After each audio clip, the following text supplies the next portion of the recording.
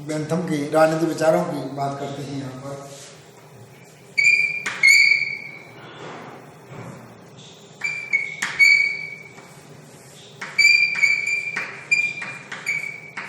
तो बेंथम की राज्य की उत्पत्ति के संबंध में क्या विचार है?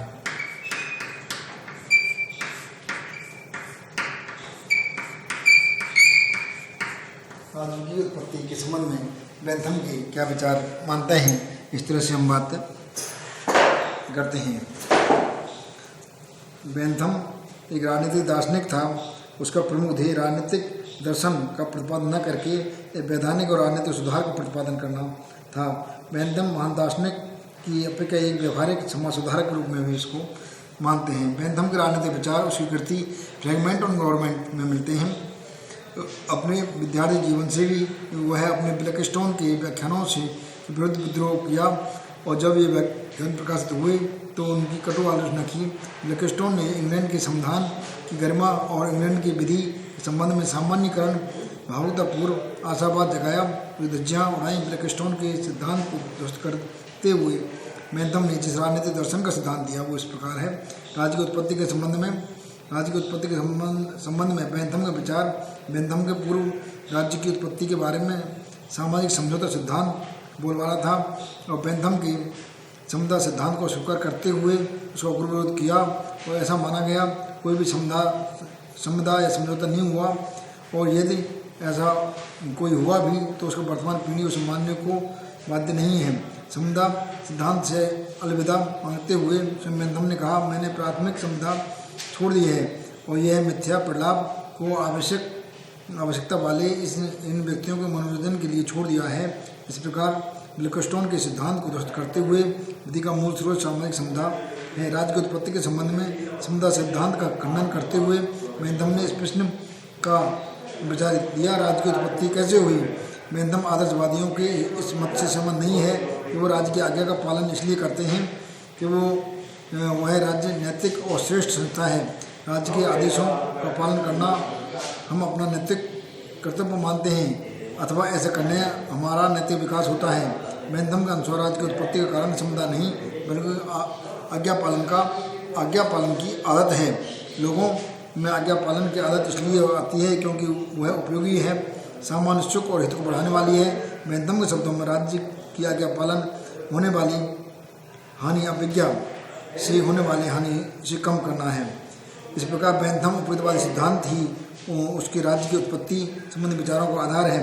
जब व्यक्तियों की संख्या आयतन एक व्यक्ति और व्यक्ति समूह की आज्ञा पालन करती है तो एक व्यक्ति राजनीतिक समाज या राज्य की रचना करते हैं। दूसरे शब्दों में राज्य व्यक्तियों का एक योग मात्र है, उसके घटकों के हितों के योग अतिरिक्त कुछ भी नहीं है। संख्या में बेंथम के अनुसार राज्य का अस्तित्व व्यक्तियों के लिए है। राज्य व्यक्तियों के हित साधने का एक साधन मात्र है। राज्य का ऐसा कोई हित नहीं होता जिससे घटक मात्र होता है। अतः राज्य की उत्पत्ति का साधन आज्ञा पालन करने की जो उत्पत्ति है राज्य की आज्ञा पालन की आदत।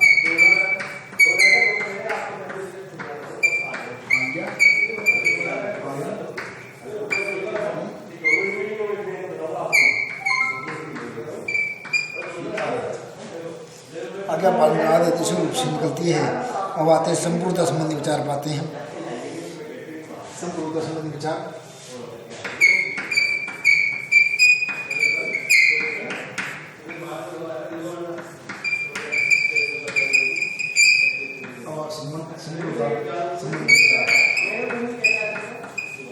संपूर्णता संबंधी विचार की भी हम बात करते हैं।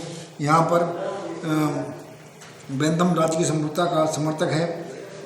यदि कानून आदेश होता है अतः यह सर्वोच्च शक्ति का ही आदेश हो सकता है। बेंथम की धारणा है राज्य का अस्तित्व तभी तक रहता है जब तक वह सर्वोच्च सत्ता की आज्ञा का पालन लोग स्वभाव से करते हैं।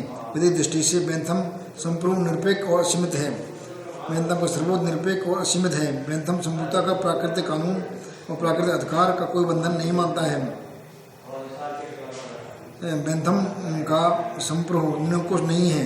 यद्यपि बेंथम का संपूर्ण निरंकुश नहीं है, बेंथम के अनुसार व्यक्ति उसी सीमा तक संपूर्ण की आज्ञा का पालन करता है और कानून की आज्ञा का पालन कर सकते हैं, जिस सीमा तक वैसा करते हुए हित में लाभदायक और उपयोगी है। यदि संपूर्ण का आदेश व्यक्ति के लिए उपयोगी न हो तो यह दायित्व हो जाता है तो उसका प्रतिरोध करें। अतः अवज्ञा की संभावित अनिष्ट से कम हो तो वह व्यक्ति संप्रभु का प्रतिरोध कर सकता है। इस तरह ये मान सकते हैं कि बैंथम का संप्रभु है निरपेक्ष और सीमित है। बैंथम का जो संप्रभु है निरपेक्ष है और असीमित है। असीमित है।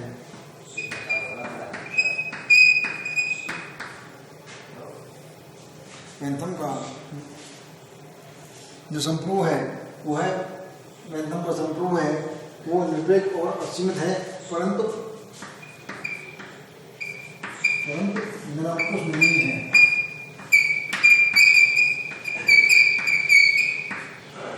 निरंकुश नहीं है। वो निरंकुश नहीं है। वो निरंकुश नहीं है।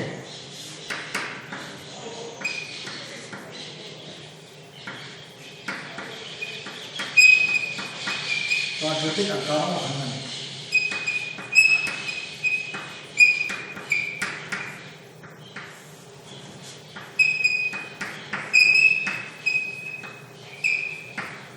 जो लोग ने व्यक्ति के लिए प्राकृतिक अधिकार दिए हैं, बैंथम उन सभी प्राकृतिक अधिकारों का खंडन करता है।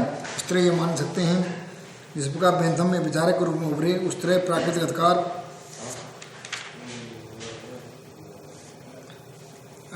सिद्धांत का बोलबाला है। थॉमस पेन और गॉडविन जैसे विचारकों ने प्राकृतिक अधिकारों पर बहुत बल दिया है। यह कहा जा सकता है मनुष्य की स्वतंत्रता समानता के अधिकार प्रकृति के नियम से मिले हुए हैं। बैंथम ने धारणा की खिल्ली उड़ाते हुए स्वतंत्रता समानता अधिकारों की खिल्ली उड़ाते हुए उन्होंने लिखा है पूर्ण स्वतंत्रता पूर्ण तरह से असंभव है। पूर्ण स्वतंत्रता पूर्ण रूप से असंभव है। पूर्ण स्वतंत्रता प्रत्येक प्रकार की सरकार की सत्ता की पृथक विरोधी है। क्या सब व्यक्ति स्वतंत्र रूप से उत्पन्न होते हैं? एक भी व्यक्ति ऐसा नहीं है। जिसके विपरीत ये सब मनुष्य पराधीन होते हैं। प्राकृतिक अधिकारों को उसने केवल एक प्रलाप और मूर्खतापूर्ण नंगानाद किया है। उसने कहा है व्यक्ति के प्राकृतिक अधिकारों का प्रचार सामाजिक जीवन में अराजकता को राज्य के सत्ता के प्रतिरोध का स्थान दिलाता है। बैंथम के अनुसार प्राकृतिक अधिकार बकवास हैं। प्राकृतिक अधिकार प्राकृतिक और हस्तांतरण अधिकार केवल अलंकारित बकवास है। प्राकृतिक अधिकारों का खंडन करते हुए बैंथम ने अधिकारों के संबंध में अत्यंत सरल मान्यता का प्रतिपादन किया है। उसके अनुसार विधि का निर्माण सामाजिक परिस्थितियों से होता है। ना वे अधिकार मान और उचित हैं जो राज्य को जो समाज के अधिक से अधिक व्यक्तियों को अधिकतम सुख उपलब्ध कराएं। बैंथम के शब्दों में अधिकार मनुष्य को सुखमय जीवन के नियम हैं। राज्य के कानून द्वारा मान्यता प्राप्त की जाती है। अधिकारों को प्राकृतिक स्वरूप को स्वीकार करते हुए बैंथम ने अधिकारों को प्राकृतिक स्वरूप को अस्वीकार करते हुए बैंथम ने उसे सामाजिक और वैधानिक स्वरूप बल प्रदान किया है। उसके अधिकार का दो प्रकार बतला है, कानूनी अधिकार, एक नैतिक अधिकार। कानूनी अधिकार राज्य के बाह्य आचरण और नैतिक अधिकार आंतरिक आचरण को नियंत्रित करते हैं। बैंथम ने सिर्फ अधिकारों की चर्चा नहीं की बल्कि कर्तव्य की भी चर्चा की है। उसके अनुसार कर्तव्य रहित अधिकार निष्प्राण और महत्वहीन है। बैंथम के अनुसार प्राकृतिक अधिकार का सिद्धांत केवल पूरी मूर्खता है और अधिकारों का मूल आधार उपयोगिता है। अधिकार कानून की देन है, प्रकृति की देन है। डेविडसन के अनुसार बैंथम के प्राकृतिक अधिकारों का खंडन करते हुए उसने उपयोगिता के सिद्धांत का प्रतिपादन किया है। उसमें दो तरह कानूनी अधिकार और नैतिक अधिकार होता है। केवल कानूनी अधिकार होता है, केवल एक तो कानूनी अधिकार होता है, कानूनी और नैतिक अधिकार।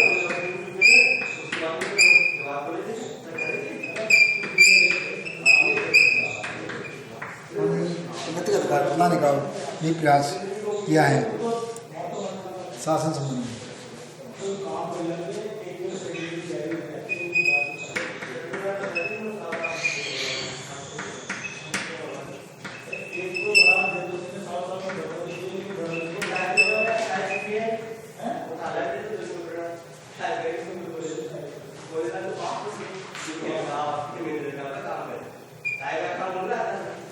शासन संबंधी विचार के बारे में भी बेंथम के विचार देखते हैं। बेंथम राज्य और शासन सरकार का मध्य अंतर करता है। राज्य संपूर्ण जन समुदाय है। राज्य की सत्ता कानून निर्माण की अंतिम शक्ति है। सरकार राज्य के अंतर्गत एक छोटा सा संगठन है जो राज्य की इच्छा कानून का उद्देश्य अधिकतम सुख को क्रियान्वित करता है। बेंथम शासन प्रणाली के प्रकार के संबंध में विशेष चिंतित नहीं है। उसका विचार है शासन का कोई प्रकार हो उसका आधार अधिकतम व्यक्तियों को अधिकतम सुख होना चाहिए। उसकी उपयोगिता की कसौटी पर विभिन्न शासन प्रणालियों की जांच करते हुए गणतंत्रीय शासन प्रणाली का समर्थन किया है। उसके अनुसार राजतंत्र शक्तिशाली है किंतु उसमें राजा का हित सर्वोपरि है। कुलीन तंत्र में गुणी अनुभवी लोगों का शासन है। उसमें सर्वाधिक व्यक्तियों का सर्वाधिक शासन है की पालना नहीं होती है। गणतंत्र में ही अधिकतम व्यक्तियों का अधिकतम सुख का सिद्धांत साकार होता है और यह कुटिल संसार को गणतंत्रों का जाल बिछा करके अच्छा बनाने का आशा करता था। उसके अनुसार गणतंत्रीय सरकार सबसे अच्छी है, इसलिए अच्छी है क्योंकि वह कुशलता मितव्ययता और जनता की महत्वता को पोषण करती है। गणतंत्र व्यवस्था में कानून बनाने का अधिकार जनता के प्रतिनिधियों के हाथ में होता है, किसी एक वर्ग के हाथ में नहीं। अतः कानून जनता के हित में बनते हैं।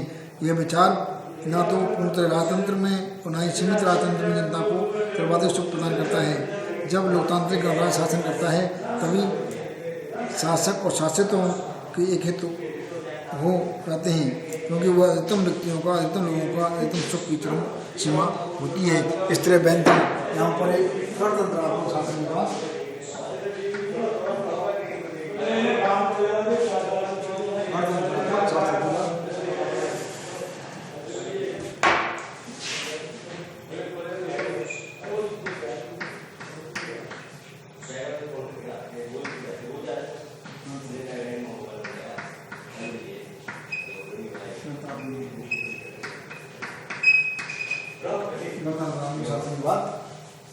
करते हैं।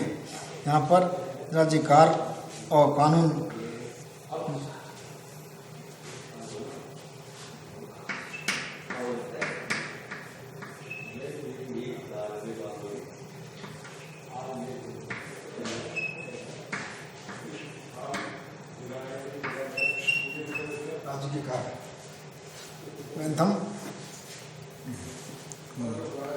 बेंथम राज्य को सामान्य सुख वृद्धि का एक माध्यम मानता है, तभी उसका राज्य नकारात्मक राज्य है।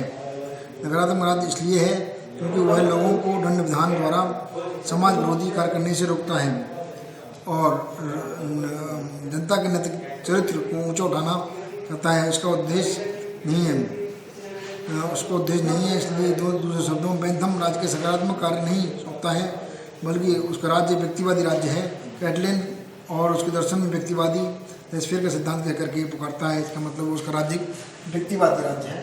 उसका राज्य व्यक्तिवादी राज्य है और नकारात्मक और व्यक्तिवादी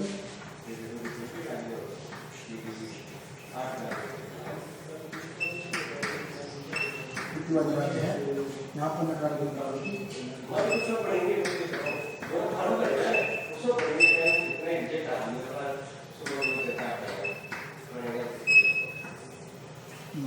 और छोटा है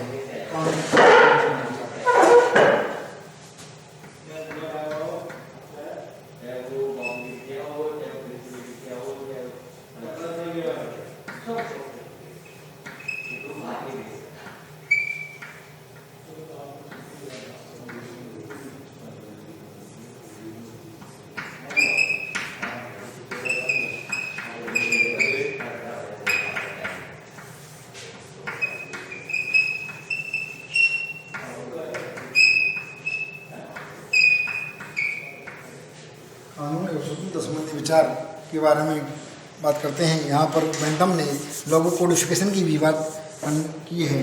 बेंथम के अनुसार राज्य विनिर्माण निकाय है और राज्य कानून संप्रभु के आदेश हैं। कानून संप्रभु के आदेश हैं। संप्रभु की इच्छा कानून के रूप में प्रकट होती है, इसलिए उसका पालन होता है। वो यह भी कहता है कानूनों का पालन करना प्रत्येक नागरिक का कर्तव्य है, क्योंकि यह आज्ञा पालन में ही उसकी और सबकी भलाई है।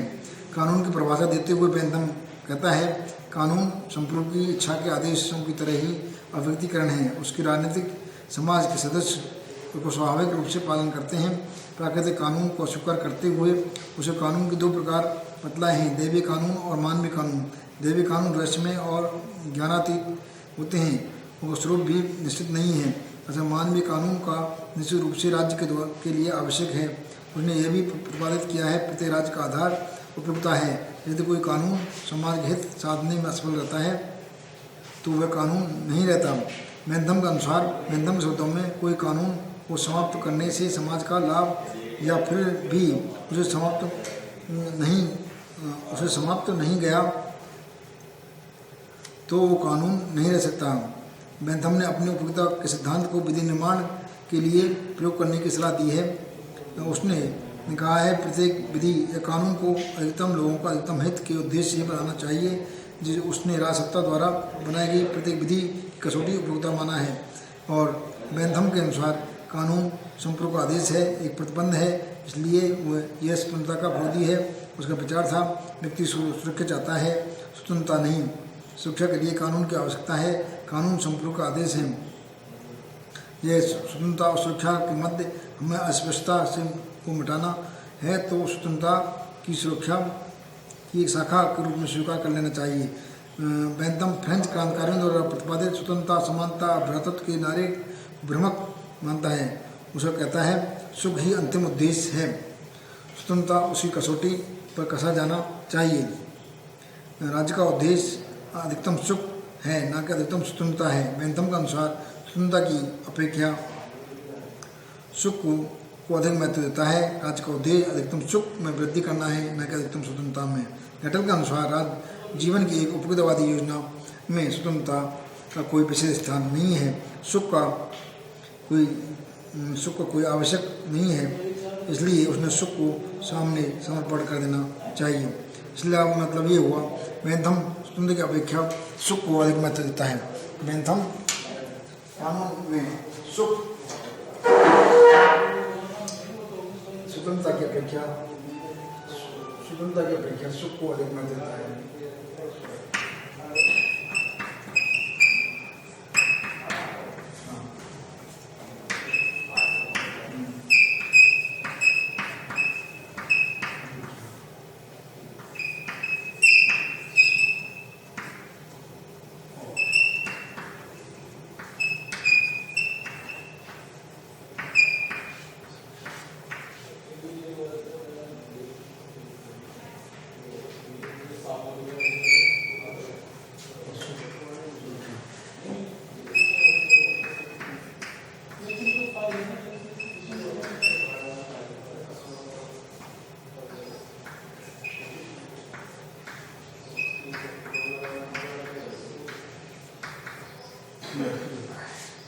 इस तरह से हम ये मान सकते हैं, बेंथम ने अपने उपयुक्तवादी सिद्धांत के अंतर्गत स्वतंत्रता को कम महत्व दिया है और सुरक्षा को अधिक महत्व दिया है। ठीक है, आज बेंथम के राजनीतिक विचारों पर चर्चा हुई और बेंथम के उपयुक्तवादी सिद्धांत की भी आलोचना करने का आज प्रयास किया। धन्यवाद।